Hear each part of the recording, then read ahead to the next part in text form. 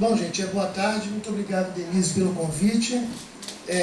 Eu trabalho em Brasília, no programa de pós-graduação. Não é lato, é estrito sensu, é mestrado lá. Sai o lato aqui. Tudo bem, já tivemos um lato sensu. Agora a gente tem lá um estrito sensu, que é um mestrado, e que está começando, e temos duas linhas de pesquisa. Uma linha em mídias e outra linha em comunicação organizacional. A minha área de pesquisa é em comunicação organizacional. Trabalho com organizações, empresas, instituições de governo, lido com isso. Dentro dessa área, eu faço uma pesquisa na área de comunicação, baseada no relacionamento das empresas com seus públicos. Não chega a ser propriamente na área de IRP, mas também é relações públicas. Na forma como as empresas se relacionam, como elas administram esse relacionamento, como elas conversam com seus públicos e como que esses públicos conversam com as organizações. Até pouco tempo, eu estava numa pesquisa que eu já terminei o ciclo da pesquisa oficial, mas ela continua evoluindo para outros lados, eu estava trabalhando com as ouvidorias. Ouvidoria é um lugar muito sensível das empresas, das organizações, porque é onde entra a baixaria mesmo, entendeu? É onde o baixo astral, onde as pessoas vão lá para reclamar, ninguém vai na ouvidoria para elogiar, vai 1%, geralmente, né? E geralmente as pessoas vão lá reclamar problemas de consumo, atendimento ruim, baixa autoestima, sei lá, falta de informação. Hoje mesmo começou a vigorar aquela lei de acesso à informação. Já estou prevendo que isso vai trazer um grande problema para as ouvidorias, porque, primeiro, o governo delegou às ouvidorias a função de liberar informação, quando a ouvidoria não é para ser isso, a ouvidoria é para receber reclamação. Enfim, mas já fez tudo errado, o governo não sabe o que é ouvidoria e sempre isso aí traz problema para nós. Mas, enfim, é uma área que eu trabalho. Acabei de lançar um livro agora, 2 semanas atrás, chama Ouvidoria Mídia Organizacional. Então eu trabalho com a ouvidoria como espaço de comunicação das organizações dos seus públicos, ok? Então, daí, a pesquisa evoluiu para a linha do conflito. Se o que a matéria-prima da ouvidoria é problema de comunicação, é problema de relacionamento, estou usando aqui como sinônimo praticamente, eu vou falar disso, o conflito é a grande questão. E o que é o conflito? Ele é um conflito entre Estados Unidos e Afeganistão, um conflito no Egito, um conflito, conflito entre pai e filho, conflito num condomínio, que um síndico tem que administrar conflito de vizinhos que estão brigando porque o cachorro do outro está latindo de manhã cedo, tal, não é? Conflito no trânsito, a gente vive conflitos o tempo todo, não é? E o que é conflito? Se não situações de relacionamento, não é? Que criam animosidades, que trazem impasses, que geram exacerbação de interesses. Enfim, qual o papel do comunicador, minha área é comunicação, qual o papel do comunicador na gestão dos conflitos? Nós criamos agora uma pós-graduação lato sensu, um curso tem um curso de, MBA, mas não é MBA, é especialização em mediação de conflitos. Mas a gente não vai trabalhar mediação de conflitos tal como o direito trabalha, na conciliação, para evitar que o processo siga, fazer um acordo para o negócio não encher lá a prateleira do juiz. Aqui a gente vai trabalhar mediação no sentido de gestão mesmo do conflito. Sem essa obsessão de buscar a solução, porque a gente acha que um dos grandes problemas do conflito é a obsessão pela solução.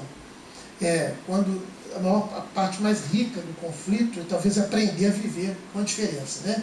Aprender a conviver com o conflito e tirar dele o que ele tem de mais interessante do que acabar com ele. Grande parte dos conflitos são muito mais produtivos do que a paz, do que a solução traz para esses conflitos. Enfim, então nós estamos trabalhando isso aí. Eu estou começando mais um trabalho também de pós-doutoramento nessa área que eu vou fazer em Lisboa, no centro lá especializado nisso, que eles lidam com conflitos, e aí eles tratam de conflitos internacionais, nessa área toda. Então é isso, eu estou trabalhando com isso, só para localizar o que eu faço e por que eu vou dizer essas coisas aqui. Quando a Denise me convidou para vir aqui, tem quase um ano, você que me lembra? Um ano? Quase um ano. Ela falou da mesa, e eu, pelo pouco que eu lembrava do que eu conhecia mais a Denise, de umas loucuras que ela fazia lá no nosso curso de comunicação semiótica. Aliás, ali só tinha louco naquele comunicação semiótica. Ela era uma personagem assim, também destacada lá. Então a gente, né, eu me lembro de uns trabalhos que ela fez, eu falei, bom, se a Denise está convidando, eu acho que a expectativa dela é mais ou menos alguma coisa assim na base do desbunde, né? Você chegar e colocar alguma coisa assim que vai agitar, que vai tal. Eu falei, mas eu estou tão, assim, já estou tão velho, entendeu, para fazer isso, né? Já estou me sentindo tão assim institucionalizado, sabe? Então, aí começou a acender um fogo esse negócio, acendeu vontade de, sabe, criar um problema, certo? E eu criei um problema. A partir disso eu criei. Eu comecei a fazer um trabalho assim, tudo bem comportado, que é isso aí, olha lá que bonito. Era um título bonitinho, mas tinha essa palavrinha demência, né? Falei, então, demência é o ponto da pólvora ali, né? É o rastilhozinho, vai começar ali, a demência. Porque conveniência, a gente sabe que organizações são lugares em que os relacionamentos se dão mais por conveniência do que por sinceridade, espontaneidade. Ninguém fala com o seu chefe, com o seu professor, né? Do jeito que gostaria de falar. A gente fala do jeito que é conveniente falar. Né? O professor aqui, Marco, até ainda há pouco tempo, ele falou assim, como é que eu digo isso de uma maneira comportada? Porque ele está fazendo uma palestra. Né? Então ele não fala o que ele quer falar, ele fala o que ele deve falar. Né? O que ele entende que deva falar. Segundo a percepção dele desse ambiente, segundo a percepção dele de quem são vocês, etc. Então, essa é uma questão de comunicação. É uma questão de relacionamento, as pessoas se relacionam, se comunicam, trocam informação, e isso aí é muito complexo. Quem não é da área normalmente pensa em comunicação como uma atividade de divulgação, principalmente nas empresas. Quando fala área de comunicação, manda para lá que eles divulgam. Isso é culpa de um sujeito chamado Philip Kotler, que não sabe o que é comunicação, até hoje nunca quis aprender, o cara do marketing, da administração do marketing, você deve conhecer. Ele está bem velhinho, chama Philip Kotler, já ouviu falar dele, né? Então, ele que criou, se não ouviram, também não perderam nada. Mas ele criou essa coisa de que comunicação é um instrumento do marketing. Você falou de marketing, não sei se você trabalha nessa área. Não, né? Eu também não, mas enfim. Ele criou essa coisa de que comunicação nas empresas é uma área do marketing que divulga coisas, ou seja, são garotos de recado que passam para frente aquilo que foi concebido estrategicamente dentro das organizações. Então, os comunicadores, que para mim são muito mais, para nós comunicadores, somos muito mais do que garotos de recado do chefe da área estratégica, do marketing, do que quer que seja, né? Nós somos produtores de sentido. Isso é muito mais grave, muito mais importante do que passar recado, escrever texto e fazer ata de reunião, né? Enfim, esse tipo de coisa ficou meio assim, como uma atividade subversiva do comunicador, porque a princípio ele tem que cumprir ordens dentro da empresa e dentro de áreas que estabeleceram para ele cumprir essas ordens. Bom, nós trabalhamos comunicação no sentido mais amplo, no sentido de produção de sentido, de trabalhar a produção de sentido. Como comunicadores dentro das organizações, nosso trabalho está tremendamente vinculado à produção dessa troca de informações que a gente chama de comunicação. Em todo e qualquer relacionamento, há troca de informação, portanto, há comunicação. As ideias de comunicação bilaterais, para mim, não tem sentido falar em comunicação bilateral. Toda comunicação tem que ser bilateral. Se não é bilateral, é transmissão de informação. Se eu mando um e-mail e você não me responde, não comuniquei, eu só transmiti uma informação. Se você me responde dizendo, não entendi nada, já me comuniquei. Ainda que não tenha havido entendimento, certo? Porque houve troca, houve pelo menos resposta. E é na resposta que a comunicação se realiza. Se realiza com um processo técnico. É bonito ver esses gráficos que o Marco colocou, e a professora ali perguntou qual a utilidade desses gráficos, mercadologicamente isso pode funcionar muito bem, né? É legal a gente ver essas coisas indo e voltando, criando relações, criando essas redes, né, que se criam nesses nós, nesses pontos de contato. É muito interessante a gente ver isso. São processos aí representados graficamente, diagramacionalmente, né, e com animação, fica bonitinho, fica legal, né? Mas o que rola nisso aí? O que determina certos contatos? O que impede outros contatos? Quais são os sentidos que se produzem nesses pontos de contato, porque o sentido se produz na relação. E a comunicação é o lugar de produção de sentido, porque ela é lugar de relação, de relacionamentos. E aí que eu pulo lá para a questão que eu preparei para falar aqui. Comunicação como relacionamento nas organizações. Aí eu preparei uma parte legalzinha, toda estruturada, lá pelo meio do negócio que eu estava preparando, me ocorreu uma outra ideia, que já vinha ocorrendo há algum tempo. E aí eu comecei a dar mais corda para essa outra ideia. E me veio alguma coisa que está no meu Facebook há uma semana, cheio de gente brigando comigo. Porque eu levantei uma questão que nem eu mesmo pensava em levantar, mas surgiu a partir desse trabalho aqui. Eu vou fazer vocês passarem pelo mesmo processo que eu passei. Eu vou falar rapidamente, mas só que eu ia demorar mais nisso. Primeiro, que eu não tenho tanto tempo. Segundo, que também não é mais importante aquilo que eu fiz, porque o mais importante ficou no final. E eu vou dar mais tempo para o finalzinho. Então vamos lá, bora lá. Pode passar o primeiro. Primeiro, localizar que essa coisa da comunicação é uma atividade humana. Antes de ser uma ciência da comunicação, é uma atividade humana. As pessoas se comunicam estudando comunicação ou não, tendo um curso com esse nome ou não. Diferente de odontologia, né? Que ninguém nasce com dente, por exemplo. Né? Vai ter dente depois. Então, e o dente não é assim uma coisa, né? Tudo bem, quando dói é a coisa mais importante do mundo. Mas quando não dói, a gente até esquece que existe. Mas comunicação não tem como. Né? A gente, apesar de ganhar muito menos do que um dentista, né, a gente tem uma função muito importante. A gente é profissional de uma coisa que tem a ver com a subsistência do ser humano, a subsistência física, social e cultural. Nessas três dimensões. Né? A dimensão física são as trocas ecossistêmicas, as trocas do organismo, troca de informação. O nosso organismo está o tempo todo trocando informação. E isso é que mantém o organismo vivo. E essa troca de informação organizada, mecanizada, dentro de um sistema já parametrizado, é que proporciona o que a gente chama de saúde. Quando dá algum problema da doença, algum problema de comunicação no organismo gera doença. De trocas informacionais no organismo. No ecossistema também. Né? O organismo de dentro, de fora, de todos os lados. Micro-organismos, macro-organismos, etc. Bom, na dimensão social da vida, que é a dimensão dos relacionamentos, evidentemente que a comunicação é essencial, porque só há vida em sociedade porque há relacionamento. E essa dimensão a gente chama de social, onde está todo o ordenamento jurídico, que vem, por exemplo, pautar como devem ser os relacionamentos entre as pessoas, o que é permitido, o que é proibido, etc. É a dimensão social. E a dimensão da mídia, que a gente chama dos meios de comunicação. Tanto que os cursos de comunicação são chamados de comunicação social. Não é comunicação física, nem o terceiro nível, que é a comunicação psíquica, mas que a gente pode chamar também de cultural.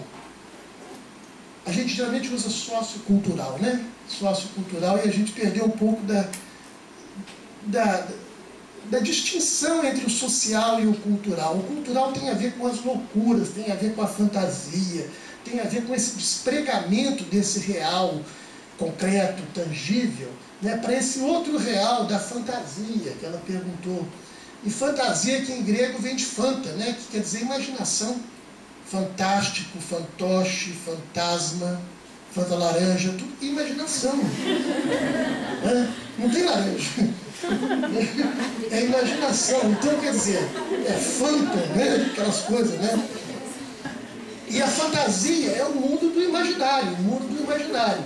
Esse mundo do imaginário é, segundo alguns autores que nós trabalhamos na nossa linha de pesquisa, que é a semiótica da cultura, e dos quais, entre os quais está lá o Günther Anders, que o professor Marcos citou ainda há pouco, tem um trabalho muito lindo chamado A Obsolescência do Homem, né, que não está traduzido ainda em português, mas é fantástico, que fala sobre essa questão da prevalência do imaginário sobre aquilo que a gente chama de real, e que um outro pensador recém-falecido, Ivan Bistrina, que ainda não publicou em português, nem vai porque morreu, mas nós vamos publicar o livro dele, né? Ainda não saiu em português, chama de segunda realidade. Ele chama a fantasia de segunda realidade.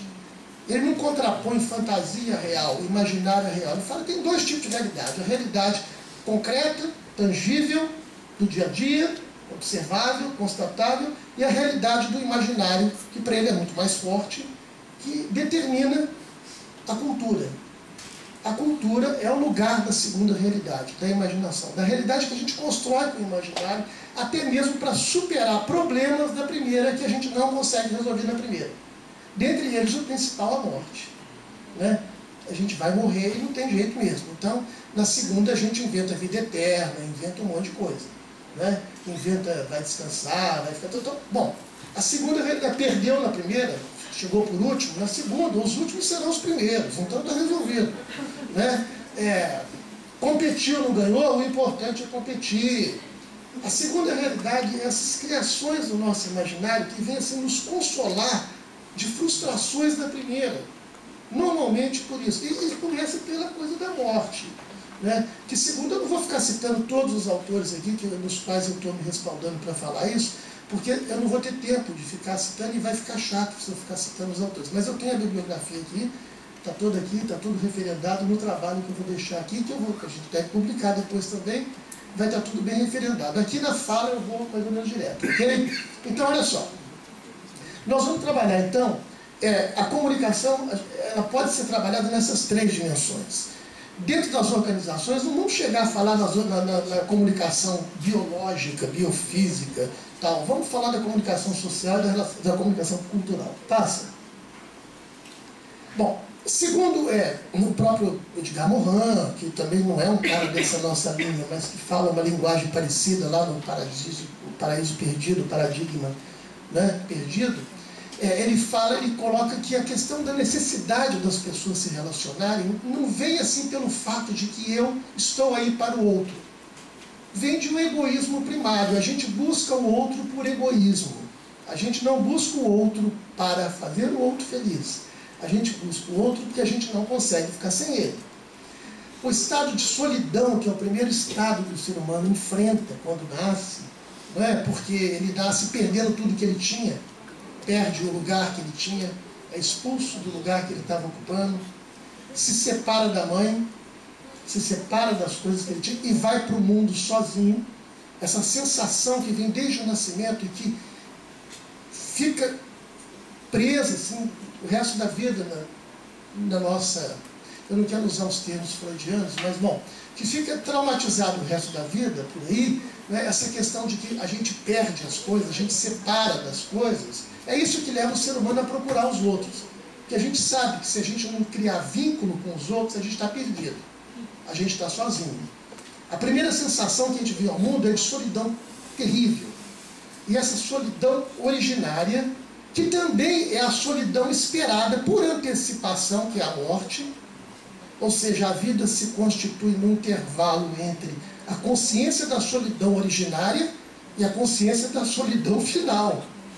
Que a gente morre e vai sozinho. Né? Então, quer dizer, a gente morre sozinho, nasce sozinho, e aqui, entre duas solidões, a gente inventa um negócio chamado solidariedade.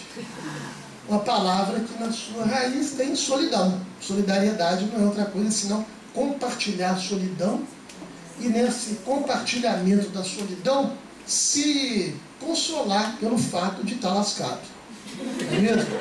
Então todos nós estamos lascados e vamos fazer companhia. Tanto que, percebam, é interessante, quando alguém tem alguém pior que a gente fica melhor.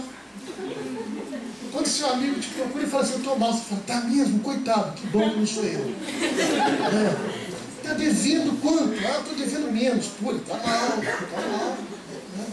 Tem coisa pior, né? Quando você é o último da fila, é terrível, mas se chega alguém atrás de você, você já fica feliz, assim, você vê que a solidariedade se dá assim, na satisfação que a gente tem de ver o outro pior que a gente. Por isso que a gente ajuda pobre, não ajuda rico. Né? Ajudar o pobre dá uma satisfação, porque você vê que o cara está mal, bicho. E você se sente muito legal de estar ajudando o pobre. Às vezes ele nem precisa daquela ajuda que você está dando para ele, mas faz mais bem para você do que para ele. Com certeza. Esse egoísmo primário, que está nessa situação aí da solidão originária, né, que também é a solidão final, tal, é isso que vai mover o ser humano na direção do outro. É isso que vai fazer com que a gente procure se vincular a amigos, família, empresa, religião, a se vincular a cidade, a casa, a objetos, né? Quanto mais vínculo, mais a gente se sente preso às coisas, portanto mais seguro, atado. Trabalhando com ouvidoria, o que a gente vê lá? As pessoas vão lá porque os vínculos estão perigando. Quando você entra em crise, em conflito, os vínculos começam a perigar. E na hora que os vínculos entram em perigo, acende a luzinha da insegurança. Então a gente quer correr para resolver isso, né? Ou então se rompe um vínculo, ata outro. Melhor até atar o outro antes de romper um, tá? É mais seguro. Você sabe do que a gente está falando, né? Pois é.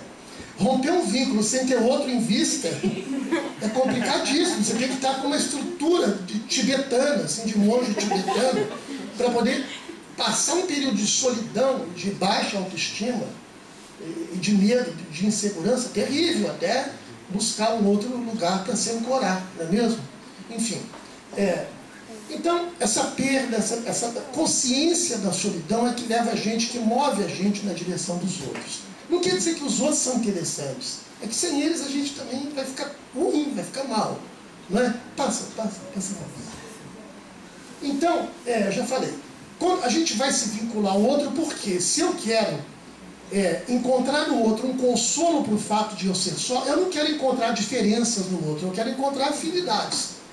Então, comunicação é uma atividade de busca de afinidade, do comum, comunicação. Buscar o comum, o que tem a ver, o afim. Num ambiente de diferenças, porque os outros não são iguais, os outros são diferentes. As pessoas são muito mais diferentes da gente do que parecidas. Mas a gente aborda as pessoas buscando ponto de afinidade. De onde eu te conheço, a gente estudou junto na PUC. Estudamos junto, então já temos afinidade. Ela tem uma vida, eu tenho outra, muito diferente de mim. Mas temos um ponto em comum, e é nesse ponto em comum que a gente se comunica. É a partir daí que a gente cria vínculos. E lógico que as relações, os relacionamentos vão se dando, vão se estreitando, vão se adensando, né? Na medida em que esses vínculos afetivos, de afinidade, afetivos ou racionais, ou empregatícios, ou religiosos, ou ideológicos, quer que seja, né? Eles vão se adensando, não em detrimento das diferenças, mas vão se adensando no sentido de tomar da gente uma energia muito mais forte, mais intensa, do que aquela que a gente demandaria para entender que essa pessoa não é tudo que eu penso que ela é. Ela também é diferente de mim. E essas diferenças normalmente ou podem ser, ou normalmente são, insuportáveis. Porque a diferença lembra que eu não sou ela. Me lembra a solidão. A dificuldade de lidar com a diferença está justamente porque a diferença fala assim, o outro não é igual a você, é só você que é assim, portanto você está sozinho.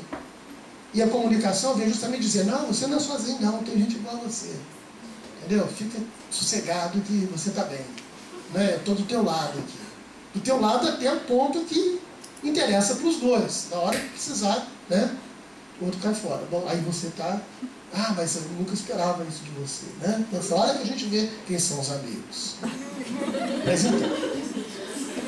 então, se por um lado a afinidade traz para nós um prazer muito grande, uma satisfação muito grande, a diferença cria um buraco tremendo. Como lidar com a diferença? Como lidar com os problemas? Como lidar com aquilo que não está combinando, né? Se eu quero é que afirme a mim e não o outro. Eu quero que me afirme, que o outro me afirme. O outro é importante para mim na medida que ele me ama. Agora eu vou falar do Lacan, né? O Lacan fala assim, ninguém ama ninguém. A gente ama a gente mesmo. A gente ama o fato de ser amado pelos outros. Significa o seguinte, todo amor é narcisista. O amor não é dirigido a outro, é dirigido a nós mesmos, na medida que tem o troco. Não é mesmo? Então, nesse sentido que é cruel, né? Porque isso aí acaba com a ideia de Madre Teresa de Calcutá, acaba com essas ideias de altruísmo, né? De que faz pelo outro. Esses casos passam a ser tratados como desvios psíquicos. Uma pessoa que se interessa muito pelo outro, é capaz de abrir mão de si mesmo pelo outro, já tem um problema psicológico. Isso é chamado de santidade também na igreja. Né? Tanto que depois do Freud diminuiu muito o número de santos na igreja. Vocês perceberam, né? Havia muito mais santo quando o Freud não tinha formulado as teorias lá das loucuras. Bom, mas enfim.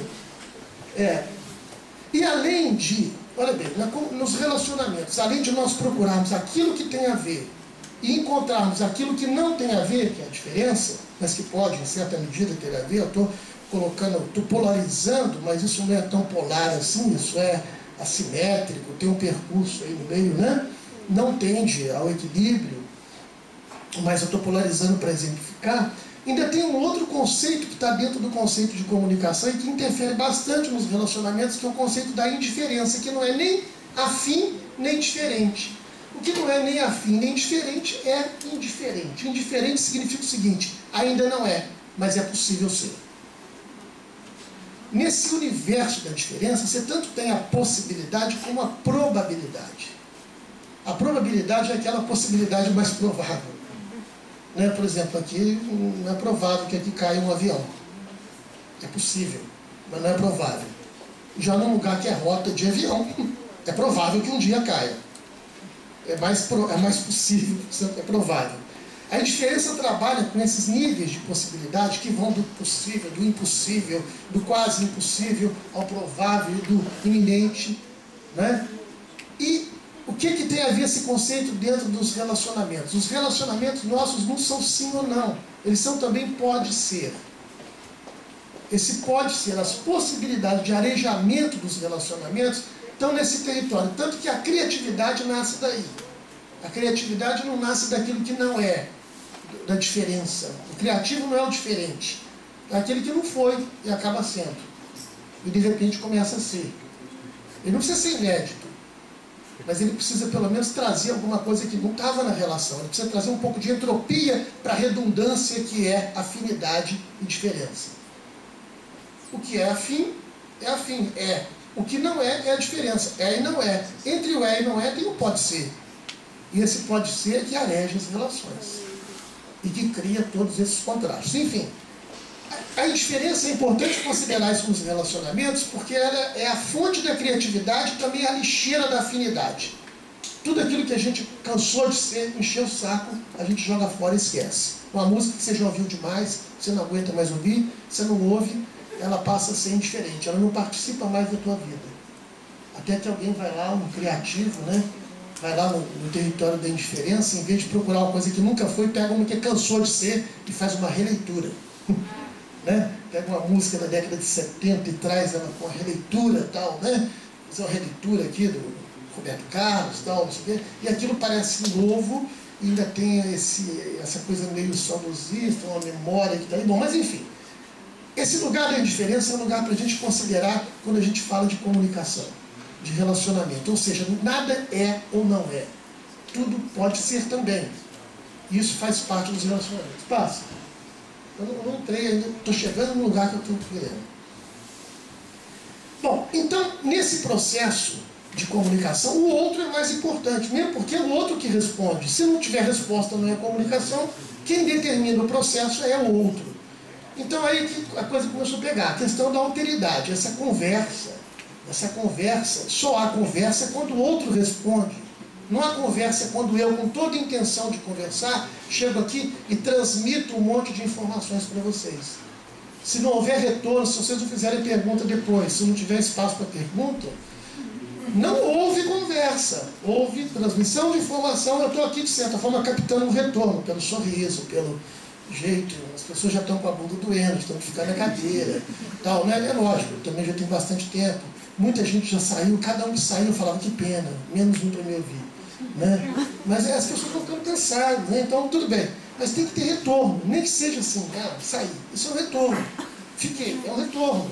Né? Tem gente que não dá retorno. Vocês são professores, vocês deram aula, palestra, alguma coisa, né? Quando a gente está falando para os outros, normalmente a gente fixa o olhar em quem dá mais retorno para a gente. Já viu palestrante olhando? A pessoa, puta, olhando para mim. Ainda mais tem umas pessoas assim que acham que a gente está interessado nelas, né? Porque está olhando demais, né? Então assim, de novo. Né? Tá. Não é, quem dá o retorno, esse retorno é tão importante para nós que é isso que caracteriza a conversa, o retorno. Né? E quando você sente que está tendo retorno, você gruda no negócio, você gruda na pessoa, ela está te retornando. Então é legal. Né? Então, enfim, esse outro que faz a conversa. A conversa não faz com quem tem iniciativa de procurar, faz com o outro que responde. A iniciativa de procurar O trabalho de ir ao encontro de não garante conversa, não garante relacionamento. O que garante é a volta. E a qualidade da volta é que vai determinar a qualidade do processo de comunicação. Você pode tomar todos os cuidados que você quiser, preparar uma palestra maravilhosa, preparar seus PowerPoint, fazer seus... Legal. E se você não tem retorno, né, você pode se considerar falido em termos de comunicação, em termos de interação. Você não interagiu, né? Não houve retorno. Bom, mas enfim, é muito difícil não ter retorno. Sempre tem. Eu estou falando assim, retorno explícito, né? Sempre tem algum tipo de retorno. Não vamos também ficar aqui inventando um outro mundo diferente do que a gente sabe que é. Então, quando a gente procura os outros, a gente procura por nós mesmos. A questão do egoísmo que a gente está chamando de um egoísmo altruísta, né, é alguma coisa que nos leva para fora para poder abastecer o dentro. E aí começou a pegar o bicho, na hora que eu estava desenvolvendo essa ideia. Eu comecei a observar que essa coisa de o dentro levar a gente para fora, isso faz parte de um paradigma que tem vigorado nos últimos, pelo menos, 120 anos. Eu fiz as contas. 120 anos. Já havia a psicologia, depois Freud com a psicanálise, não é? E essa coisa do eu, o eu profundo, né? Eu me preparar para enfrentar o mundo. Eu e o fora, o dentro e o fora, o profundo e o superficial, né? E comecei a observar que com as modernas tecnologias de comunicação, os avanços na comunicação digital, as novas práticas, os novos comportamentos das pessoas que podem dispor dessas tecnologias digitais, esse paradigma está mudando. Esse paradigma do eu para fora está mudando. Por quê?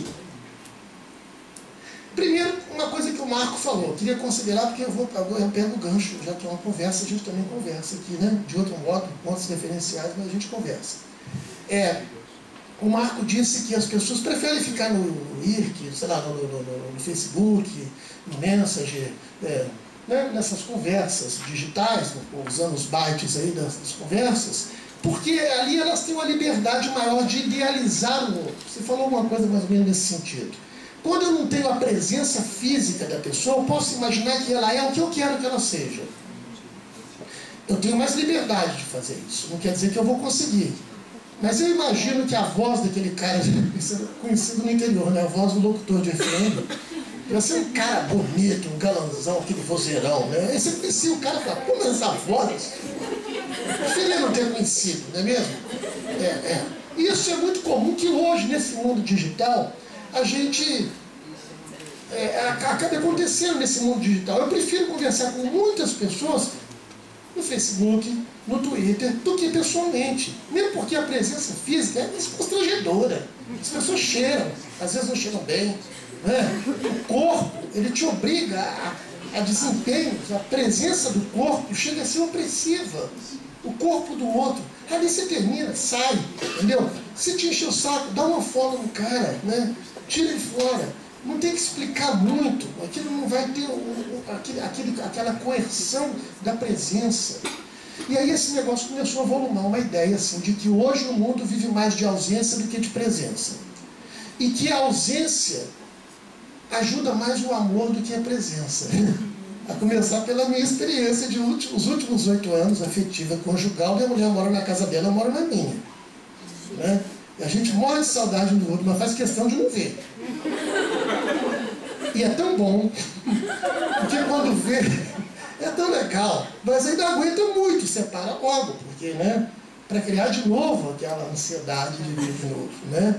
Então a ausência passa a significar muito mais do que a presença, que passa a ser uma coisa opressiva e constrangedora. Bom, aí foi evoluindo o negócio, essas só constatações. A construção ideal do eu, do outro, tem a ver com esse egoísmo narcisista primário. Eu não quero o outro do jeito que ele é. Passa ali. O Harry Pross, que é um dos caras que eu leio e que eu gosto do trabalho dele, já morreu, era soldado da Gestapo. Soldado nazista, cara. Ele era locutor da Rádio Bremen. E ele foi soldado da Gestapo e tal. E um pensador da comunicação, um filósofo da comunicação, não muito divulgado por aqui, mas divulgado pelo Norval, que era o nosso orientador comum, né? A gente ficou conhecendo essa turma toda via Norval, esse pessoal da Alemanha lá.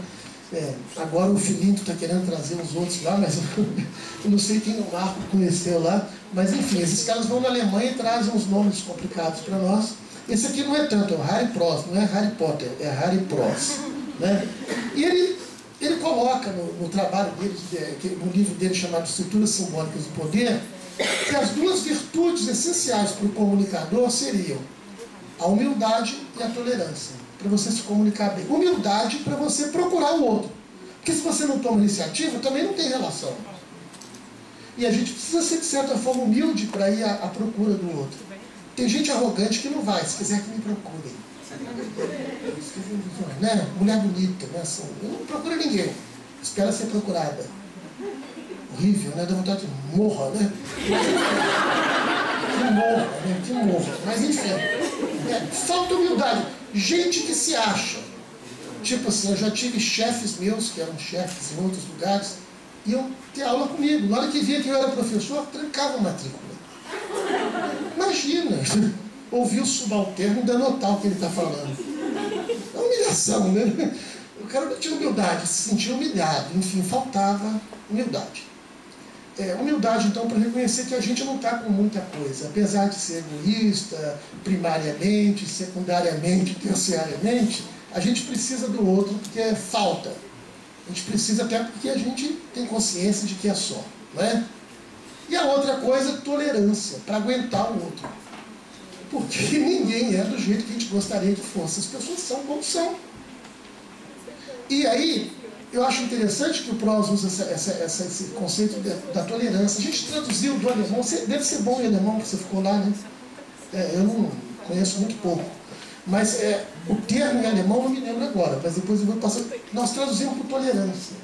Tolerância não é aceitação. Aquela coisa que as pessoas dizem pra gente, a gente tem que aceitar os outros como eles são.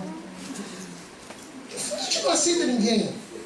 A gente não quer que as pessoas sejam daquele jeito, a gente quer de outro jeito. Mas a gente fazer o quê? Tolerar. Respeitar é um nome digno para tolerância. Eu te respeito. Eu não queria, mas fazer o quê? Vou poder conviver, né? Então, tolerância passou a ser a palavra de ordem para as relações de convivência, que são as relações de conveniência. A gente não pode ser o que é. Ninguém tem o direito de ser espontâneo e sincero nas relações. Isso é falta de respeito, ser sincero. Falar o que quer a hora que bem entende, e não tem trabalho nenhum nisso, basta ser como é. O difícil é você não ser como você gostaria de ser, mas como você tem que ser, segundo a conveniência do ambiente. Isso nas organizações é decisivo. A arte está em saber ser hipócrita, ser falso, ser conveniente, certo? E saber administrar isso sem se sentir corrupto ou indigno, mas estratégico, inteligente, certo? Será que as pessoas querem mesmo te conhecer como você é no fundo? Nem a gente quer às vezes, né? E isso vem do psicologismo dos últimos 120 anos. Descubra-te a ti mesmo, que é mais antigo, para descobrir o mundo. Aí o negócio pegou. Aí eu comecei já com uma raiva fundamental e originária da psicanálise. Subiu um negócio assim, não, parece que as coisas estão mudando e a gente não está se dando conta. Um novo paradigma está surgindo. E esse paradigma tem a ver com fora para dentro, e não de dentro mais para fora. Vamos ver como é que ele é. Passa. Não. É outro arquivo, aquele outro arquivo.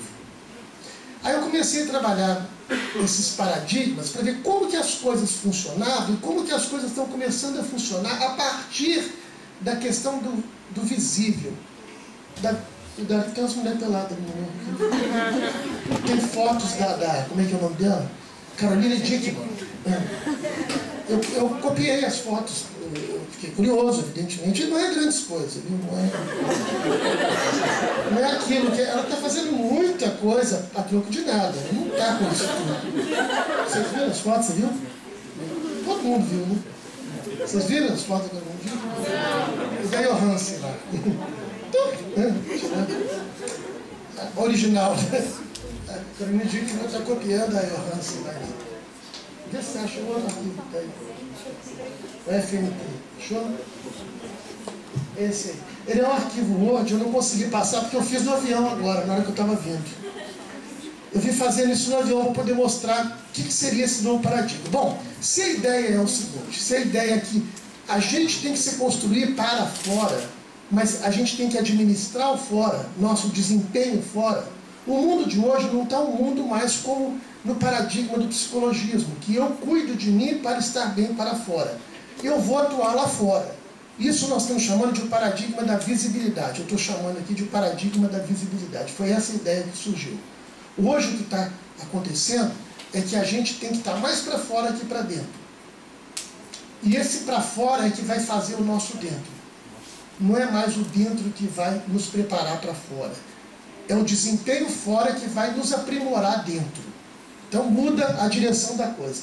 No paradigma que eu estou chamando de psicológico, a partir daquelas observações lá, eu dei um salto muito grande agora. Eu acho que não vai ficar algumas coisas sem link, mas depois eu posso fazer o link se tiver tempo. Acho que não vai ter muito tempo. Bom, em termos de valores, os valores de dentro e de fora, eu estou colocando ali valores de pré-predicação, usando a terminologia do Harry Pross, que fala dos primeiros conceitos que a criança adquire quando nasce, que são os conceitos de pré-predicação. Antes de predicar, a criança já tem aquela noção de que dentro é proteção, que ele está dentro do útero materno. Na hora que ele sai, fora é um perigo, fora é insegurança, fora é claro, é agressivo, e dentro é acolhedor, não é? Bom, enfim, o mundo psicológico trabalha dentro, trabalha a direção de dentro, você no seu eu profundo dentro. O paradigma da visibilidade, das imagens, fala as coisas estão fora. O mundo está fora, o ambiente está fora. Você tem que se adaptar ao ambiente. O ambiente não vai mudar para se adaptar a você, mas você tem que se adaptar ao ambiente. Portanto, o fora vai conduzir o seu dentro. Em termos semióticos, a gente poderia dizer, usando a semiótica persiana e não a semiótica da cultura, que o signo é aquilo que representa alguma coisa, um objeto. Você até falou um pouquinho, alguma coisa, relou um pouquinho nisso aí. Relou. De relação. Aliás, relação vem de relar, né? Relar. Fica relando uma coisa na outra. Relação. Então, você relou nisso. Então, o signo se refere a um objeto. Mas o interpretante do signo não tem acesso ao objeto fora do signo. Hoje a gente já desistiu de procurar o objeto do signo. O signo vale pela leitura que ele nos proporciona como interpretantes. Apesar dele já trazer interpretantes dentro dele, nós intérpretes. A leitura que nós fazemos do signo é a imagem que nós temos do signo. Essa imagem não se refere mais a um objeto, mas se refere a outra imagem. Isso está no livro do Norval, num fenômeno que ele chama de iconofagia. As imagens que deveriam se referir a objetos se referem hoje a outras imagens. Tamanha proliferação das imagens, inclusive por dispositivos tecnológicos de reprodução, multiplicação e criação de novas imagens. O mundo está excessivamente povoado de imagens. Todos nós temos acesso a produzir imagens por meios técnicos. Willem Flusser fala disso, mas Walter Benjamin já falou disso há muito tempo antes, né? Então, esse mundo de produção de imagens fez a gente perder a referência dessas imagens. Elas se referem a quê? Quando a gente vai procurar ao que ela se refere, a gente vai encontrar outra imagem. E depois, outra imagem, outra imagem. Então, são imagens de imagens de imagens que provocam esse fenômeno que o Norval chama lá de iconofagia. Uma imagem comendo imagem. E como ela come a imagem, ela tem que despejar fora também, né? Usando um termo mais cheiroso, defecam imagens, né? As imagens defecando imagens seria a ideia da iconorreia. Ícones em diarreia de ícones, certo? Ou seja, algumas imagens são descartadas e outras imagens são consumidas. E esse mundo das imagens é um mundo que é de fora para dentro, não é de dentro para fora.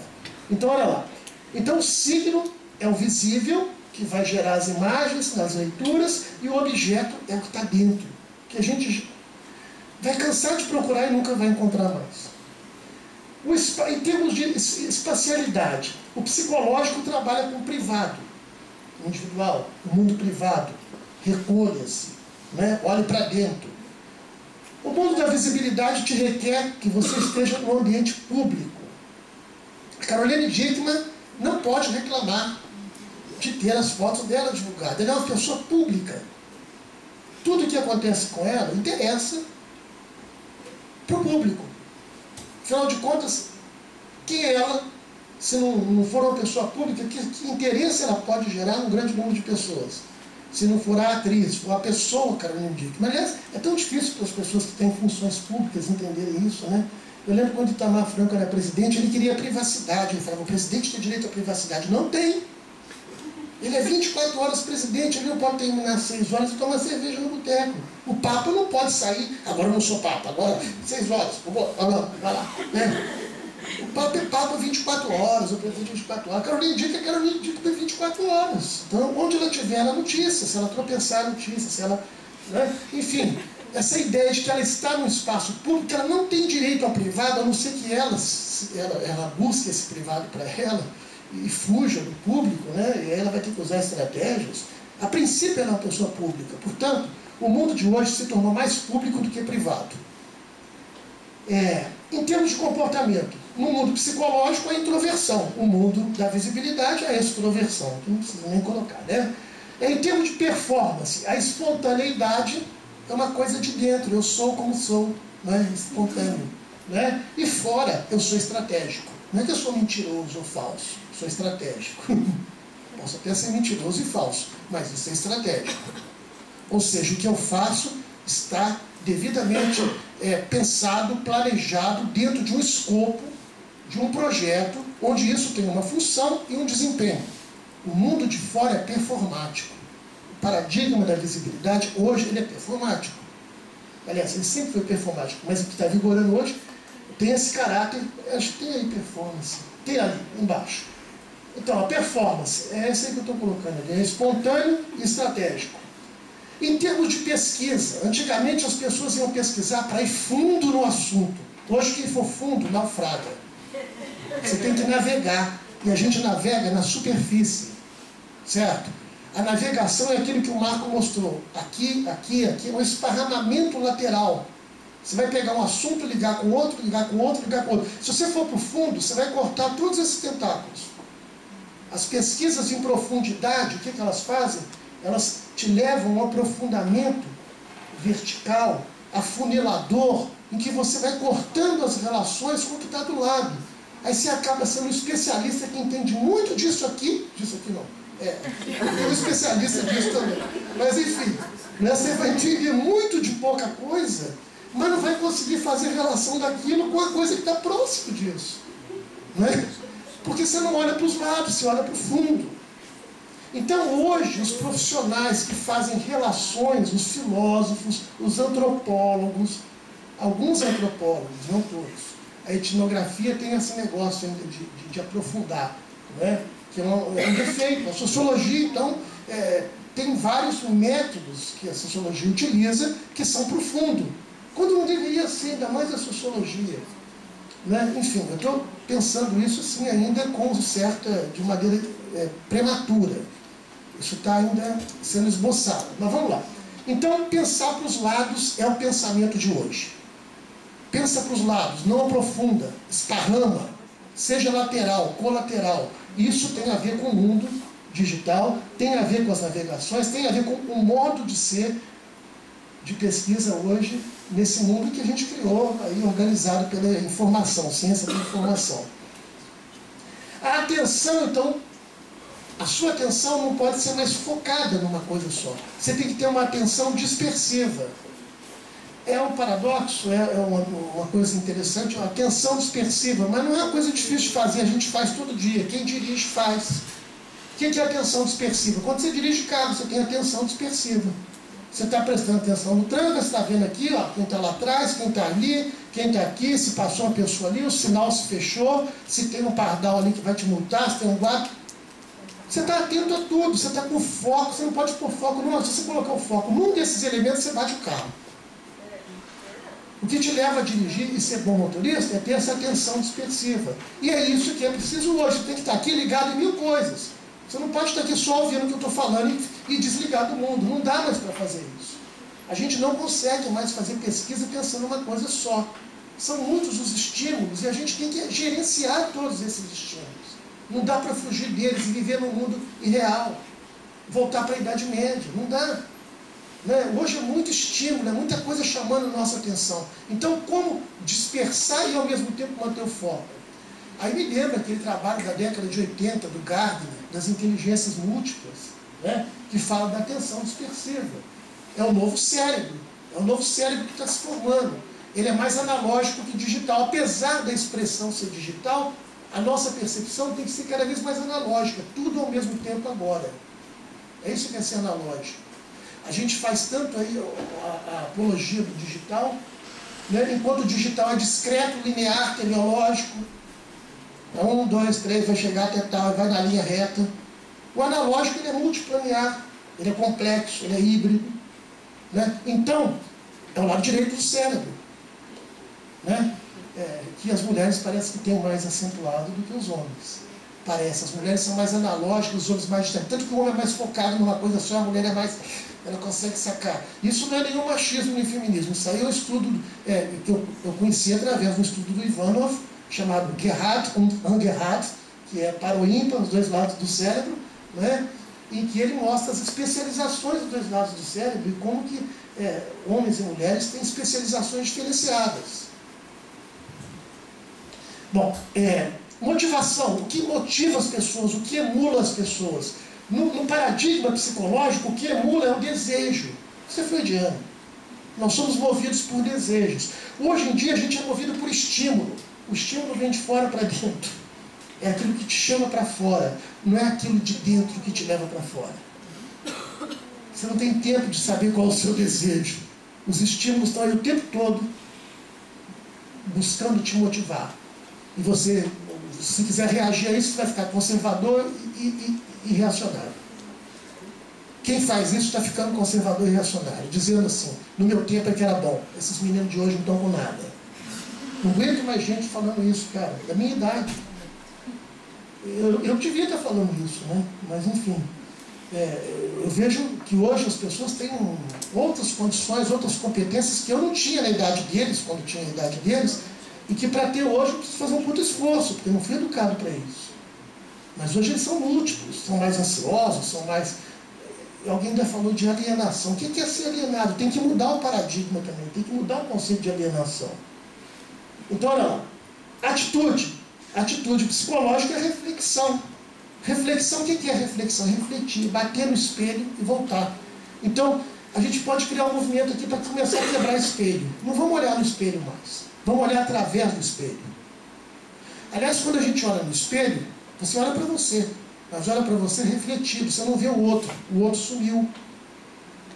Aquelas frasezinhas assim, que são verdadeiras arapucas, assim, coloque-se no lugar do outro, para mostrar solidariedade. Olha que ridículo. Se eu me colocar no lugar do outro, eu não viro o outro, sou eu no lugar dele e ele se foi. Falta de respeito, tirei o outro, não estou vendo o outro, estou vendo eu, o meu egoísmo no lugar do outro. Se eu vou para o lugar dele, eu viro ele? Não viro ele, ou seja, eu mando ele para outro lugar.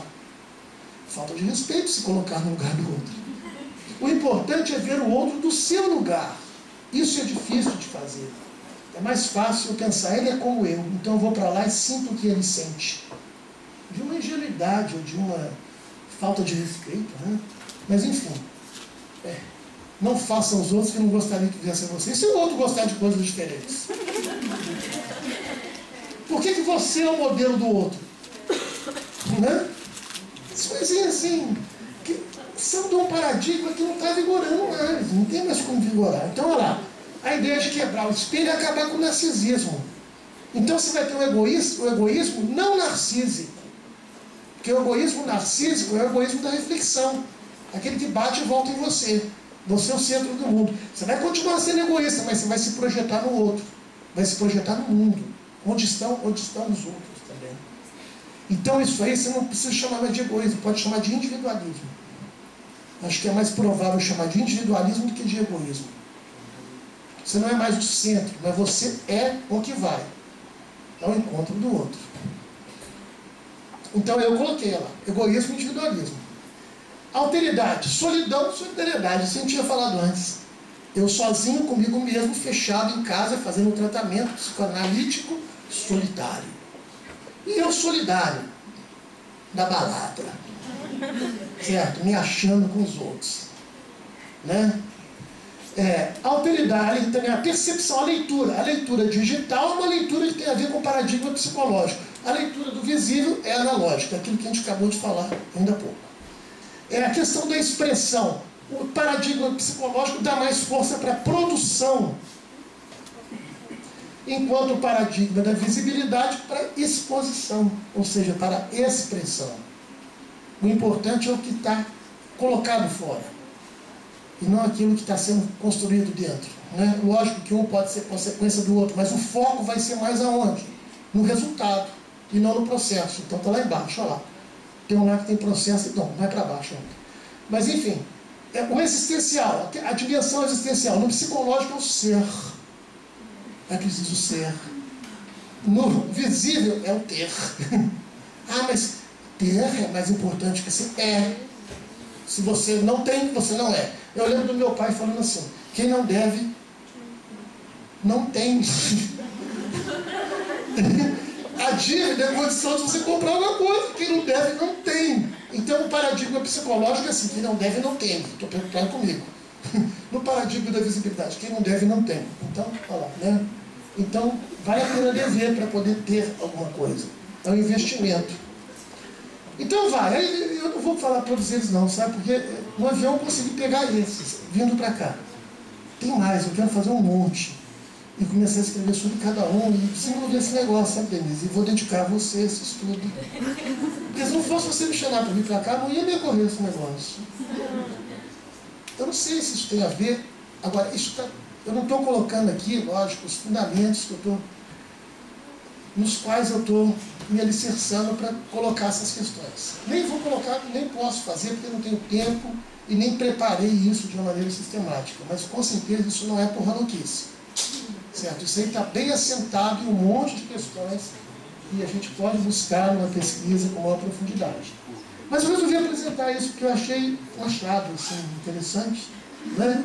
E acho que está acontecendo isso mesmo, está mudando o paradigma e a gente não está percebendo, a gente está vivendo esse novo paradigma, mas ainda resistindo a ele. Olha lá, profundo, superficial, imanência, transcendência, conflito, colaboração. A ideia de conflito, uma coisa que tem que ser resolvida, colaboração é parceria, vamos curtir o conflito. Isso está no paradigma da visibilidade. Não vamos matar as coisas, vamos dar força para elas. Vamos dar força para a diferença. Por que acabar com a diferença se ela que é o tempero da comunicação, né? E por que negar raça, por exemplo? Igualdade racial, cara. Isso é louco. Dizer igualdade racial. Raça é raça justamente porque não é igual. E o bom da coisa é a diferença. E por que não a discriminação? Aqui a gente tem que aprender a dizer sim à discriminação. Discriminar, sabe o que quer dizer? Diferenciar. Discriminar não é excluir, não a exclusão. Porque o paradigma da visibilidade ele é inclusivo. O paradigma que é exclusivo, que exclui, é o psicológico. O ser é, o não ser não é. Entendeu? Então o paradigma psicológico ele exclui, até para criar identidade. Enquanto o paradigma da visibilidade ele inclui. Então é o seguinte: discriminar é importantíssimo, porque discriminar significa olhar a diferença. Agora, excluir é que é o problema, que a gente condena socialmente. O problema da raça, então, não é discriminação. O problema do preconceito não é discriminação sexual, religioso. É inclusão ou exclusão, porque é muito legal você conviver com a diferença e aprender a conviver, mas a gente sabe que a gente não tem paciência para isso, porque a diferença lembra que eu sou sozinho. Então tudo parte ali do vamos jogar fora o eu profundo. Então minha proposta é assim: matar o ego de inanição. Deixa o ego morrer e sai para a festa, entendeu? Porque é a única maneira da gente sair desse paradigma psicológico e entrar no paradigma da visibilidade sem culpa. Entender que o mundo hoje é performático, que o mundo hoje é visível, e que o mundo hoje é fugaz, não é perpétuo. Essa permanência do psicológico é também utópica. Hoje as coisas duram enquanto duram. E não tem compromisso de durar para sempre. A gente compra móvel para acabar, compra roupa para não usar mais. Não era o tempo da avó da gente que comprava um móvel para durar a vida inteira, gerações e gerações. Hoje a gente compra móvel toque-estoque. Acaba em 3 semanas, claro. Tem casamento que dura menos até que um móvel toque-estoque. A gente chama de casamento toque-estoque, né? Enquanto dura um móvel, o casamento dura. É bonitinho, legal, mas não dura. Não é feito para durar. É feito para ser substituído, para ser descartado. É questão do consumo. Então, aí vem toda essa questão do consumismo, que o consumismo é do mundo da visibilidade. Já a poupança é do mundo psicológico. Poupança tem tudo a ver com guardar para gozar um dia. Ou seja, e esse dia nunca chega.